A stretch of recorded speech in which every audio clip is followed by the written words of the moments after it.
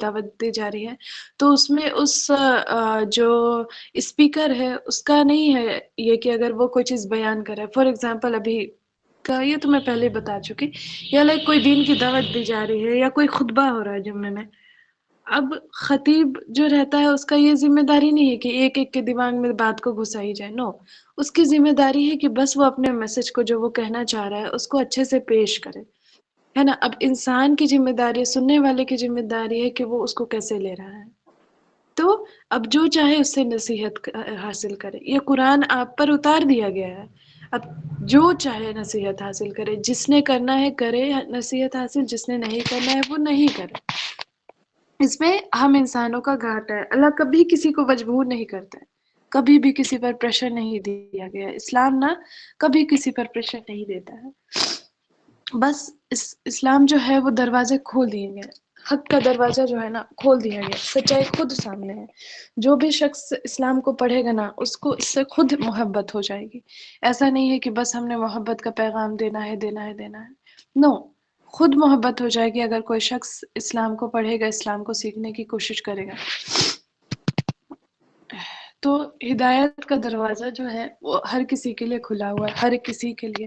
مگر اس دروازے سے صرف وہی جانا چاہے گا، وہی گزرتا ہے جو سچ میں اللہ کو چاہتا ہے. اگر کسی شخص جو اللہ کو چاہتا ہی نہیں ہے اس کے پاس آپ لاکھ بول دو، لاکھ کہہ دو کہ بیٹا یہ کرو، بچہ یہ کرو، یا آپ یہ کرو، کوئی فرق نہیں پڑے گا.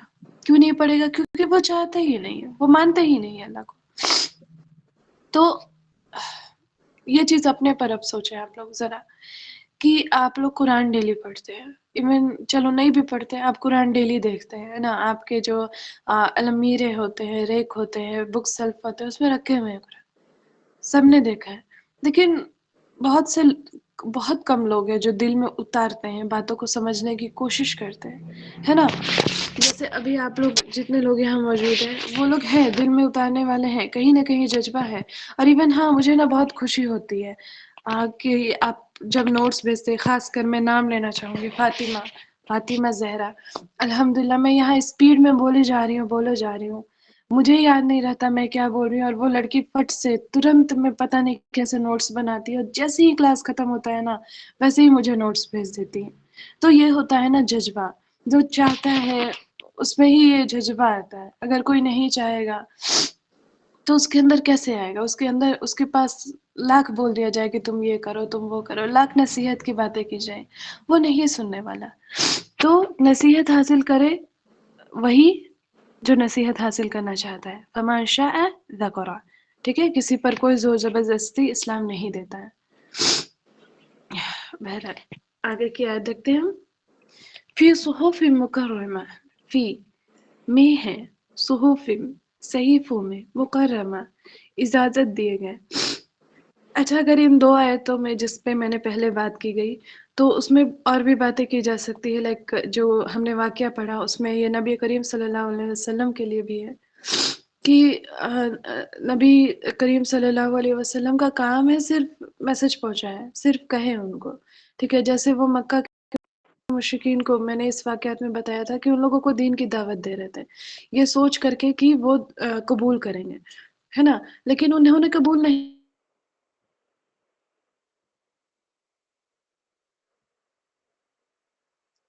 کرنا ہے، انہوں نے نہیں مانا ہے، وہ اپنے تکبر ہے. یہ چیز نبی کو بھی بس بولنا، آپ ٹینشن مت لیجئے کہ کیا ہونا ہے یا کس نے ہدایت پانی. نو، ویسے ہی اگر ہم بھی کسی کو کچھ کہتے ہیں نا تو ہم بس بتا دیں، باقی ان کی مرضی. ہم اچھے سے پیش کر دیں، ہم اچھے سے سمجھائیں، ان کے لیے دعائیں کریں، باقی اس سے زیادہ ٹینشن ہمیں لینے کی ضرورت ہے نہیں. فی صحف مکرمہ میں ہے، صحیفوں عزت دیے گئے. آیت نمبر 13، وہ ایسے صحیفوں میں درج ہے جو بڑے مقدس ہے. کس کی بات کی جا رہی ہے؟ کون ایسے صحیفوں میں درج ہے جو بڑا مقدس ہے؟ اینی ون بتا سکتے ہیں کوئی؟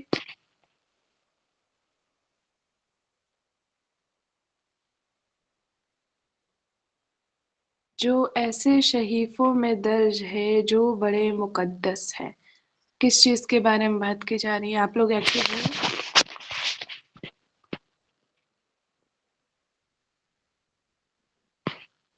کوئی تو بتائیے. میری باتیں سمجھ نہیں آ رہی ہے کیا؟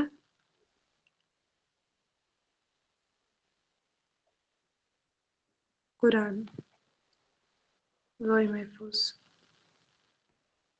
چلے چلے باقی لوگوں کو پتہ نہیں سمجھ آ رہا ہے یا نہیں آ رہا ہے، یا میں بس بولے جا رہی ہوں. خیر، یہاں پہ ہماری قرآن کی بات کی جا رہی تھی نا، آیت نمبر 11 اور 12 میں، کہ قرآن نصیحت کی چیز ہے، اب جو چاہے نصیحت حاصل کرے. پھر اسی کے بارے میں کہا جا رہا ہے آیت نمبر 13 میں، کہ وہ ایسے صحیفوں میں درج ہے جو بہت مقدس ہیں. یعنی کہ قرآن جو ہے نا بہت مقدس اور بہت اعلیٰ صحیفوں میں درج ہے. اللہ تعالیٰ یہاں پہ قرآن کی بلندی کو بیان کر رہا ہے. ٹھیک ہے، قرآن کی بلندی یہاں پہ بتائی جا رہی ہے کہ کوئی معمولی چیز ہے نہیں. یہ قرآن جو ہے وہ عزت دینے والی، عزت کے صحیفوں میں. تو جس بھی چیز میں قرآن لکھا ہوا رہتا ہے نا وہ بہت قابل احترام ہوتا ہے، بہت عزت والا ہوتا ہے. جیسے اگر آپ بعض دفعہ ہمارا کیا ہوتا ہے نا کہ قرآن کو اتنی عزت نہیں دیتے. کیوں نہیں دیتے؟ کیونکہ ہم دیکھتے ہیں کہ ارے قرآن کو تو یہاں بھی رکھ دیا ہے، دوسرے لوگوں کو دیکھتے ہیں کہ ارے زمین میں بھی رکھ کر کے پڑھ رہے ہیں. لیکن نہیں، آپ اپنے دل سے وہ عزت لائیں قرآن کے لیے، ہے نا. آپ قرآن کو اونچی جگہ رکھیں، پاک صاف ہو کر کے چھوئیں، یا جس بھی چیزوں میں آپ قرآن کو، فار ایگزامپل آپ ترجمے یا تفسیر والی، یا پھر آپ جو یہاں پہ PDF نوٹس دیکھ رہے ہیں وہ اصل میں میرا نوٹس جو ہے تو یہ ایک بک ہے. اب اس میں بھی قرآن ہے. اب اس کو ہم سوچیں گے کہ جسٹ ایک نوٹس ہے اور اس کو ادھر ادھر رکھ دیں گے. نو، ایسے نہیں کرنا ہم نے. ہاں بھلے اس میں ہم نے خود سے پین سے لکھا ہوا ہے، لیکن ایسے نہیں کرنا. ہم نے اس کو بھی عزت سے رکھنا ہے، اس کو بھی احترام سے رکھنا ہے.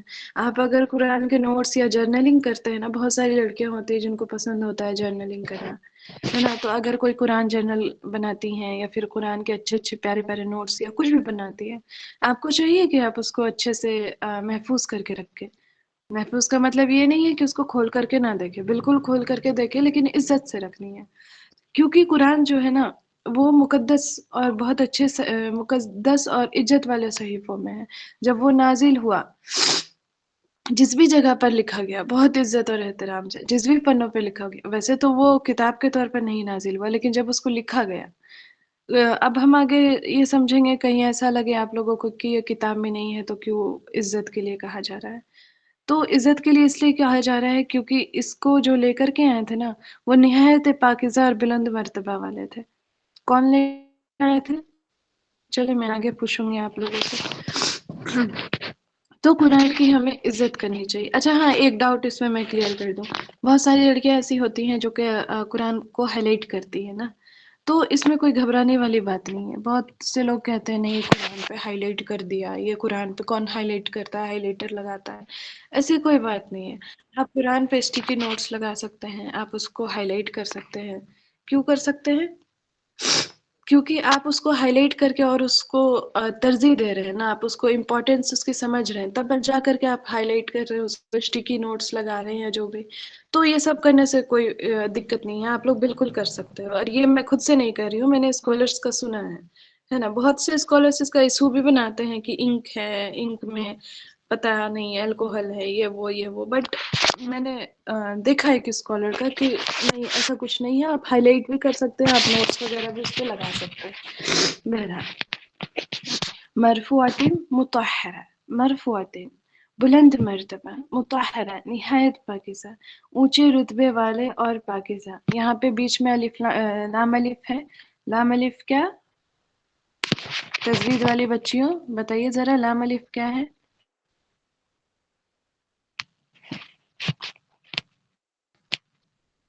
بتائیے. ادیبہ، تنزیلہ، شاپی،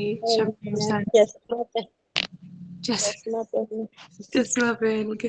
اچھا بنا چشمہ والی بتائیے. کون سا ہے تھا سب؟ آیت نمبر 14 وقت 15. پوچھ رہے ہیں. ہاں وقف ہے. لام الف میں کیا کرتے ہیں؟ لام الف ہے تو کنٹینیو کرنا ہے، کنٹینیو. اچھا اب جب آپ اس کو پڑھیں گے، جب آپ اس کو، کیا ہو رہا ہے یہ فون پہ، جب آپ اس کو پڑھیں گے تب آپ کو سمجھ میں آئے گا کہ یہاں لام الف کیوں ہے. اس کا ترجمہ پڑھیں. فی صحف مطہرہ، یہ وہ کہاں ہے، میں تین بک دیکھنا پڑتا. وہ ایسے صحیفوں میں درج ہے جو بڑے مقدس ہے. پھر لام الف اگر اس میں لگا دیا جائے، اونچے رتبے والے پاکیزہ ہیں اور لکھنے والوں کے ہاتھ میں رہتے ہیں. یہ تینوں آیتیں جو ہے نا لام الف سے آپس میں مل جاتی ہیں. اس کو ملا کر کے ہم پڑھے تب ہمیں زیادہ بیٹر سمجھ میں آتا ہے. رک جائیں گے مطلب ہے ابھی اس میں رک سکتے ہیں کیونکہ بیچ میں ہمارا آیت ہے، لیکن اگر نہیں رکتے نا تو یہ اور بیٹر ہو جاتا ہے کہ تینوں ایک ساتھ ہمارا ایک جیسا ہے. ایک جیسا کہنے کا مطلب میں کیسے بتاؤں، ایک ہوتا ہے فل اسٹاپ اور ایک ہوتا ہے کوما، تو یہ کوما والا ہے. ٹھیک ہے، تو 13 میں ہم نے پڑھا وہ ایسے شہیفوں میں درج ہے جو بڑے مقدس ہے. 14 اسی سے کہا جا رہا ہے کہ اونچے رتبے والے اور پاکیزہ ہے اور ان لکھنے والوں کے ہاتھ میں رہتے ہیں جو خود باعزت رہتے ہیں اور بہت نیک ہے. کل ملا کر کے ان آیتوں میں آیت نمبر 13 سے 16 میں کن کی بات کی جا رہی ہے؟ قرآن کی بات کی جا رہی ہے کہ اونچے رتبے والے اور پاکیزہ ہے کون؟ جو ان کے لکھنے والے ہیں اور جو ان کو لے کر کے آئے. کس کی بات کی جا رہی ہے؟ فرشتوں کی. اب یہاں پہ نا لائک اللہ سبحانہ و تعالیٰ قرآن کو ایک ہوتا ہے نا ہاتھ میں پکڑ کر کے اس کی بلندی کو دکھانا کہ دیکھو کتنی، تو اللہ تعالیٰ ان آیتوں کے تھرو وہی شو کرنا چاہ رہے ہیں کہ دیکھو یہ قرآن کتنے بلند مرتبے والا ہے. اب قرآن تو ہے ہی بلند مرتبے والا، اس کو لانے والا بھی بلند مرتبے والا ہے، اس کو پڑھنے والا بھی ہے نا، اور لکھنے والے کے ہاتھوں میں بھی وہ بھی بلند مرتبے والا ہے، وہ بھی مقدس ہے. یعنی کہ جو لے کر کے آ رہا ہے، یعنی کہ وحی کے تھرو کون لے کر کے آ رہا ہے؟ فرشتہ لے کے آ رہا ہے. لکھا جا رہا ہے وہ بھی بلند مرتبے والا، سنا رہا ہے وہ بھی، اور جو اس کو پڑھ رہا ہے جو پڑھا رہا ہے وہ بھی. یعنی کہ جو قرآن کو لے کر کے چلے گا نا، مطلب قرآن تو ایک ہے ہی بلند مرتبے والا اور اس سے ریلیٹڈ یہ ساری چیزیں سب بلند ہے. جو لے کر قرآن کو لے کر کے اپنی لائف میں چلے گا اس کی لائف بھی وہی بلند مرتبے والے رہے گی. یا اگر آپ قرآن کو پڑھ رہے ہیں پڑھا رہے ہیں، ویسے بھی اللہ رب العزت ویسے بھی حدیث میں بہت سی حدیثیں موجود ہے جس میں کہا گیا ہے کہ جو قرآن کو پڑھتے ہیں وہ ان کے درجوں کے بارے میں، یا پھر یہ بھی ہے جو سب سے زیادہ میں ریپیٹ کرتی ہوں کہ تم میں سے سب سے بہترین شخص وہ ہے جو قرآن سیکھتا ہے سکھاتا ہے. کیوں بہترین شخص وہ ہے؟ کیونکہ قرآن ہے ہی اتنی پاک چیز، اس کو لانے والے بھی پاک، اس کو لکھنے والے بھی پاک، بیان کرنے والے بھی پاک، تو پڑھنے والے بھی پاک، پڑھانے والے بھی پاک، اور اپنی لائف میں اپلائی کرنے والے بھی پاک ہوئے، ہے نا. تو وہ لوگ بھی بلند ہوئے جو اس کو پڑھ رہے ہیں، جو اس کو پڑھا رہے ہیں. آپ سب اس کو پڑھنے اور پڑھانے والے ہے نا. آپ کہیں نہ کہیں اب بولو گے پڑھانے والے ہم نہیں ہیں، تو ایسا ہرگز نہیں ہے. آپ پڑھ رہے ہو تو کہیں نہ کہیں آپ اپنے بچوں کو سکھاؤ گے یا اپنے سے بڑوں کو سکھاؤ گے، تو آپ بھی ان بلند لوگوں میں شامل ہو چکے ہیں، ہے نا. قرآن جو ہے یہ ہمیں لگتا ہے نا، میں بولتی ہوں یہ ہمیں بہت لگتا ہے کہ سمپل سی بس کلاسز چل رہی ہے ہماری، کلاسز ہو رہی ہیں ہماری، کلاسز ہے، بٹ اس کو کلاس نہیں سمجھیں. یہ کلاسز بس کلاسز نہیں ہے، خود اس کے فرمان حدیث میں ہے، خود ہمارا حدیث میں ہو گیا، ہمارا قرآن میں ہے. قرآن خود کہتا ہے کہ پڑھنے والا اعلیٰ درجے میں ہے. تو یہ کلاسز نہیں ہوا، میں اس کو کلاسز نہیں سمجھتی. میں اس کو سمجھتی ہوں کہ ہم لوگ سیکھ کر کے نا اپنے درجات بلند کر رہے ہیں. ہم لوگ اللہ کے کلام کو سیکھ رہے ہیں تو ہم لوگ کچھ نہ کچھ اچھا کام کر رہے ہیں نا. میں اس کو نہیں سمجھتی ایسا ویسا کچھ بھی کہ بس کلاس ہو رہی ہے یا کورس ہو رہی ہے.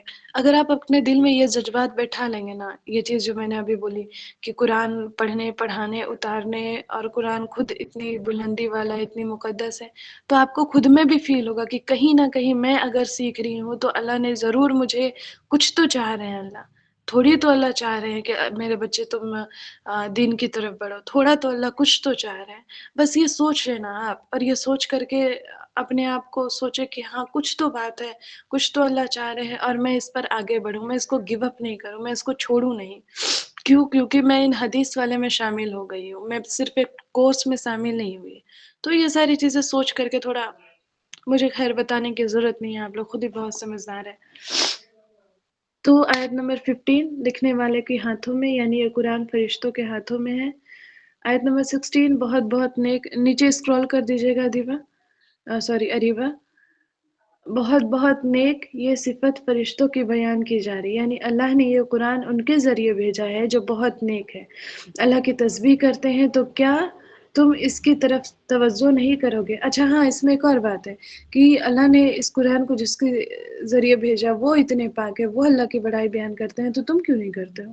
تم پڑھنے والے کیوں نہیں کرتے ہو؟ تم اس پر کیوں نہیں توجہ دیتے ہو؟ تم نے اس کو ریک میں کیوں سجا کر رکھا ہے؟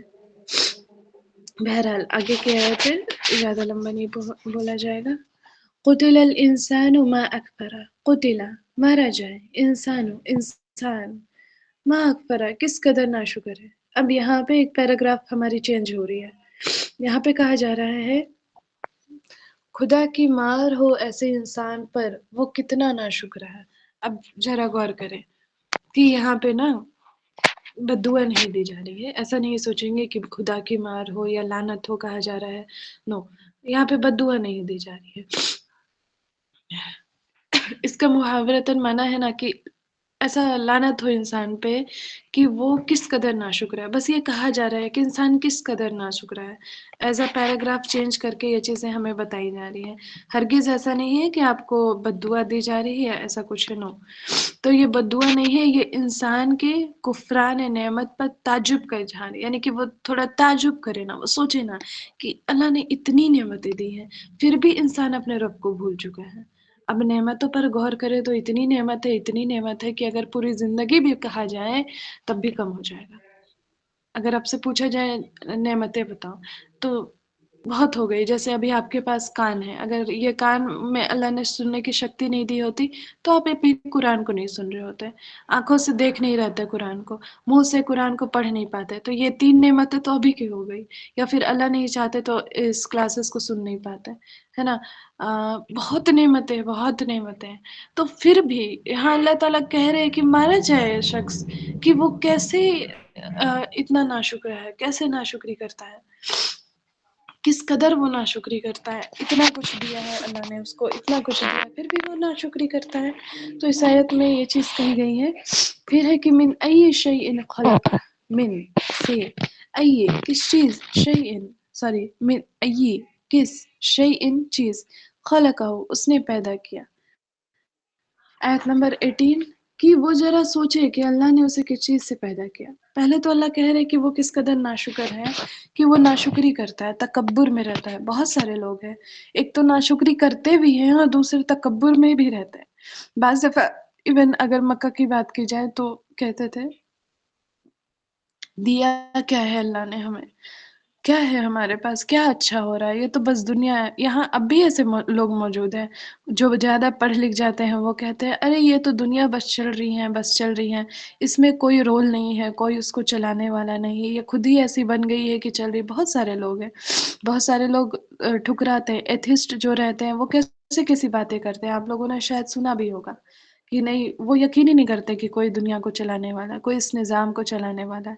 تو ایسے لوگوں کے لیے خاص طور پہ کہا گیا کہ ہلاک ہو ایسا انسان جو کتنا ناشکرا ہے. وہ یہ کیوں نہیں دیکھتا کہ اتنی ساری نعمتیں ہیں، وہ اپنے بدن پہ ہی کیوں نہیں جھانکتا، اور وہ اتنا تکبر کیسے کرتا ہے. ہمیں اللہ نے اتنی اگر کوئی فرینڈ ہمیں کوئی تحفہ دیتا ہے، ٹھیک ہے، تو ہم اس کو بار بار شکریہ ادا کرتے کہ پاؤ یار کتنا اچھا دوست ہے، مجھے گفٹس اتنے سارے دیے، مجھے فلاورز ملے، مجھے میرے ایک کہنے پر مجھے چاکلیٹس دے دیے میرے دوست نے. تو ایسا ہم کہتے ہیں، کتنا شکر ادا کرتے ہیں. لیکن ذرا سوچے نا، اللہ جس نے آنکھیں دی، سانس دی، صحت دی، ماں باپ دیے، رزق دیے، گھر دیا، چلنے کو زمین دی، آسمان دی، ستارے دیے، تو ہم کتنی بار شکر ادا کرتے ہیں اس اللہ کا. مقصد ہے کہ انسان اپنی کتنی بار، آپ خود سوچنے کی ضرورت نہیں ہے. تو اس آیت کا مقصد ہے نا.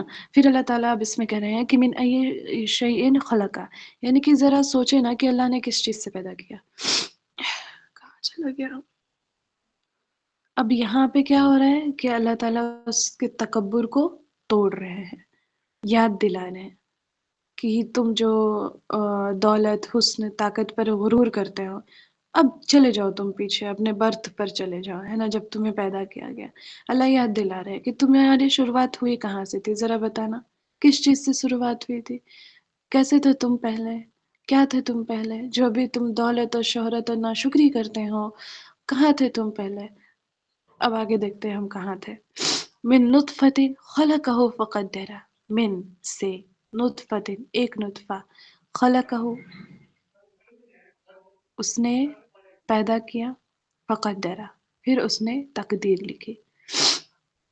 تو پہلے تو کہا گیا کہ تم تکبر کرتے ہو، تم بتاؤ تم کس چیز سے پیدا کیے. پھر ہے آگے کے ایگزامپل میں کہ من نطفة خلقه فقدر، یعنی کہ نطفے کی ایک بوند سے اسے پیدا بھی کیا، پھر اس کو ایک خاص انداز بھی دیا گیا.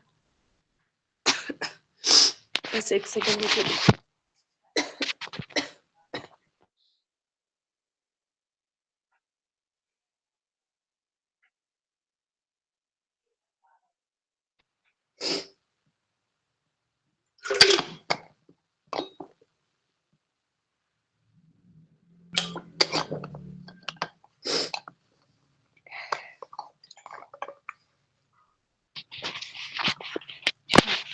تو انسان جو اتنا غرور کرتا ہے، ناشکری ادا کرتا ہے، اللہ نے اس کو نطفے سے پیدا کیا. وہ نطفہ کیا ہے؟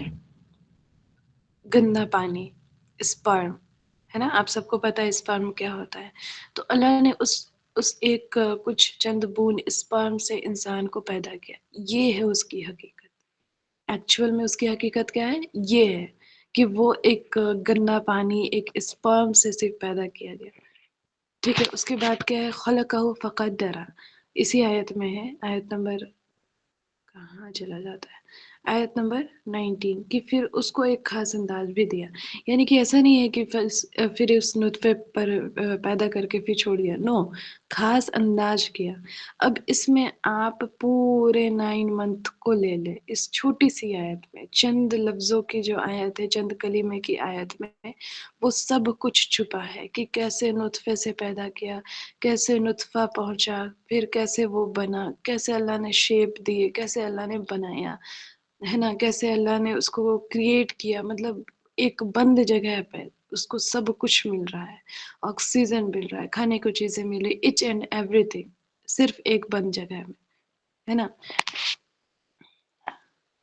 کہاں چلا گیا؟ کس چیز سے اس نے اس کو بنایا. یعنی انسان اپنے اس کو دیکھے کہ اللہ نے کیسے بنایا. نطفتن، یعنی اللہ نے انسان کو اسپرم سے بنایا، پھر اس کی تقدیر مقرر. ہاں، تو یہاں تک ہو گیا کہ اللہ نے بنایا ایک نطفے سے. اس کے بعد ایسا نہیں کہ بنایا پھر ختم. نو، یہاں سے پھر شروعات کی. خلقہ فقدرہ، پھر اس کو ایک خاص انداز دیا، ایک خاص انداز کا بنایا، ہر انسانوں سے الگ بنایا. آپ اب اسی میں ہی غور کریں، ڈی این اے، جینس، یا ماں باپ سے شکل مل رہے ہیں، یا ماں باپ سے کچھ نہ کچھ کوالٹیز مل رہی ہے. یہ سب کچھ کیسے ہو رہا ہے؟ چاہتے تو بس انسان بس پیدا ہو جاتا، سملر ہو جاتا، سب کے سب انسان ایک جیسے دکھنے کو ہوتے، سب ایک جیسے نظر آتے، کیونکہ سب کے پاس وہی کان، وہی ناک، وہی منہ، وہی شکل، وہی ہونٹ ہے، لیکن سب الگ دکھ رہے. کیوں؟ قدرت ہے اللہ کی، نشانی ہے اللہ کی، ہے نا. یہ پاسبل کیسے ہوا؟ یہ سب اللہ کی نشانی ہے. اب ہم غور ہی نہیں کرتے، وہ الگ بات ہے. اب ٹھیک ہے، پھر اس کو ایک خاص تقدیر مقرر کی. یعنی کہ بنانے کے بعد اس کی تقدیر پوری لکھی گئی کہ اس نے اب کیا کرنا، وہ کیسے رہے گا، کس فیملی میں جائے گا، کیسے پیدا ہوگا، کیسے اس کی تربیت ہوگی، H and every thing. Okay. Then come to the next آیت. ثم السبیل یسرہ، پھر اس کے لیے رستہ بھی آسان کیا. اب یہاں پہ آ جائے ذرا کہ اس کے لیے رستہ آسان کیا. کیسے رستہ آسان کیا؟ تو اس میں نا اس میں جو ہے علماء نے اس کے 2 تفسیریں بیان کی ہے. پہلا تفسیر اس کا یہ ہے کہ اللہ نے ماں کے پیٹ سے پیدا ہونے کا رستہ آسان کیا، کہ جب وہ ایک نطفے سے پیدا ہوا، پھر وہ جب اپنے شیپ میں آیا، بنا، اس کی 9 مہینے پورے ماں کے پیٹ میں تربیت ہوئی، ہے نا. اس کے بعد سے پھر اس کے لیے رستہ آسان کیا ہے، وہاں سے نکلنے کا رستہ. یہ فرسٹ اس کی تفسیر ہے. دوسری ہے کہ دوسری اس کی تفسیر کیا بیان کرتے ہیں علماء، کہ اللہ نے ہدایت کا رستہ بھی دکھایا. یعنی کہ ایک تو وہاں سے نکلنے کا رستہ بھی، پھر دوسرا اللہ نے ہدایت کا رستہ بھی دکھا دیا. یعنی پیدا بھی اللہ نے کیا، چلنا اللہ نے سکھایا. اب ہدایت میں آ جائے تو آپ آ جائے ہمارے سورہ فاتحہ والی تفسیر میں، جس میں نے اس ہدایت پر باتیں کہی تھی، لمبی باتیں کہی تھی، کہ ہدایت 2 قسم کی ہوتی ہے، ایک عام ہدایت ہوتی ہے اور ایک خاص ہدایت ہوتی ہے. عام ہدایت میں کیا ہے کہ پیدا کیا، چلنا سکھایا، بولنا سکھایا، کھانا سکھایا، رونا سکھایا، پینا سکھایا، ہے نا. تو یہ ہو گیا عام ہدایت جو ہر انسان کو ملتی، چاہے وہ اللہ کا شکر مند انسان ہو، چاہے وہ ناشکری کرتا ہو، ہر ایک کے لیے وہ ہدایت ہے. دین خاص ہدایت جو جنت کا راستہ بتایا، دین کی طرف ہدایت دی، دین کی طرف، دین سیکھنے کا موقع دیا، ہے نا. تو اللہ تعالیٰ عام ہدایت بھی دیے، اللہ تعالیٰ خاص ہدایت بھی دیے. تو یہی اللہ تعالیٰ اب اس پہ بھی بہت بات کی جا سکتی، بہت بات کی جا سکتی. آپ اس پہ خود پر ریفلیکٹ کریں، خود سے اس آیتوں پر سوچیں، ان 2 آیتوں پہ کہ کیسے پیدا ہوا انسان، کیسے اللہ نے اس کو شیپ دی، اور کیسے ہدایت ملی، عام ہدایت کیسے ملی، خاص ہدایت کیسے ملی. خود سوچیں آپ کو مطلب آدھے ایک گھنٹے کی بات اور نکل جائے گی اس پہ، ہے نا. تو چاہتا تو انسان گمراہ ہوتا، ہے نا، لیکن اللہ نے کسی کو گمراہ کیا، کسی کو ہدایت دی، تو ایسے اللہ نے اس کو پھر اس کی تقدیر بنائی، اور ایسے اللہ نے ہدایت دی، ایسے تربیت دی.